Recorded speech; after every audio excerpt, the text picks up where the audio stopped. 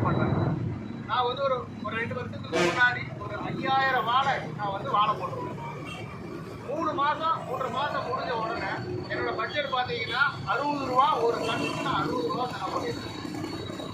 அந்த பகுதியில் கூட காட்டு பண்டிகைகள் வந்து அதிகமாக இருக்குது. என்ன பண்ணுறது, நைட்டு அதுதான் ஒரு கூட்டமாக காட்டு பண்டிகைகள் வரும். வந்து அந்த மண்டையை மட்டும் கடிச்சிட்டு அந்த கிழங்கை போட்டுரும்.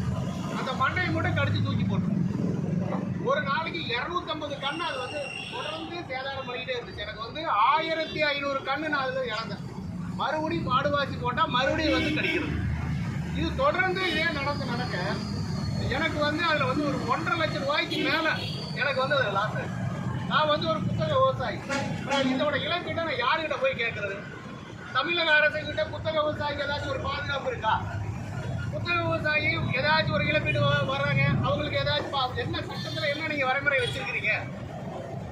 நான் ஒரு 2 லட்சம் 3 லட்சம் போட்டு ஒரு விவசாயம் பண்ணுறேன் அப்படின்னா எனக்கு வனவிலங்குனால பாதிப்பு ஏற்படுது, நஷ்டம் ஏற்படுது, இல்லை புயலை எடுத்து மரம் ஒடுச்சு விடுதுன்னா எனக்கு என்ன பாதுகாப்பு இருக்குது? நான் செஞ்ச முதலுக்கு என்ன பாதுகாப்பு இருக்குது? இது தமிழக அரசு ஏதாச்சும் கவனம் கொண்டிருக்காங்களா?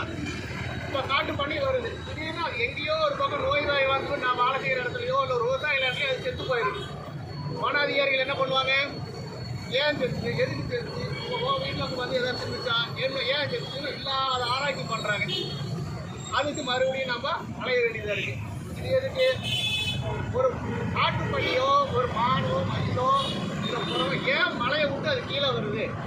அதுக்கு தேவையான தீவனங்கள் இல்லாத ஒரு காரணத்தினால தானே வருது. இப்போ நாடு வந்து 2024 போயிட்டு இருக்கோம். நிலாவுக்கு ராக்கெட் விடுறோம், மார்ஸ் நோக்கி போயிட்டு இருக்கோம். ஒரு வளாகங்களை கட்டுப்படுத்துறதுக்கு உங்களோட டெக்னாலஜி இல்லையா? பலாயிரம் கோடிக்கு எல்லாமே கான்ட்ராக்ட் போடுறீங்களே, ரோடு போடுறீங்களே, பாலம் போடுறீங்களே, பாதாள சாக்கடை கட்டுறீங்கல்ல, அது மாதிரி தானே அது ஒரு உயிரினங்கள் வாழுது மலையில். நமக்கு எப்படி இந்த பூமியை வந்து ஒரு பாதுகாப்பு, அதே மாதிரி தானே அதுவும் அதோட பாதுகாப்பு. அதோட வழித்தடத்தை நீங்கள் அடைக்கிறீங்க. யானைகள் ரெகுலராக வருதுன்னா அது பரம்பரையாக அது அந்த வழித்தடத்தை அது தொடர்ச்சியாக அது வந்துகிட்டே தான் இருக்கும். இப்போ அந்த வழித்தடத்தை அடைச்சி அந்த யானை என்ன பண்ணும்? அதுக்கு மறுபடியும் வேறு பாதை எங்கே வருதோ அந்த பாதைகளை வரும். ஏன் இதே யானை வந்து ஈசா மையத்துக்குள்ளே ஏன் போகல? காரணியா யூனிவர்சிட்டிக்குள்ளே ஏன் போகல? அமரவீர காலேஜுக்குள்ளே ஏன் போகல? எல்லாமே வந்து மலை அடிவாரத்தில் தானே இருக்கிறாங்க. அந்த பகுதியில் எல்லாம் யானைகள் போகுதில்ல, அங்கே மட்டும் ஏன் போகல? ஏன்னா எல்லாமே பெருசாக 10 அடி 20 அடிக்கு கட்டி வச்சிருக்கிறாங்க.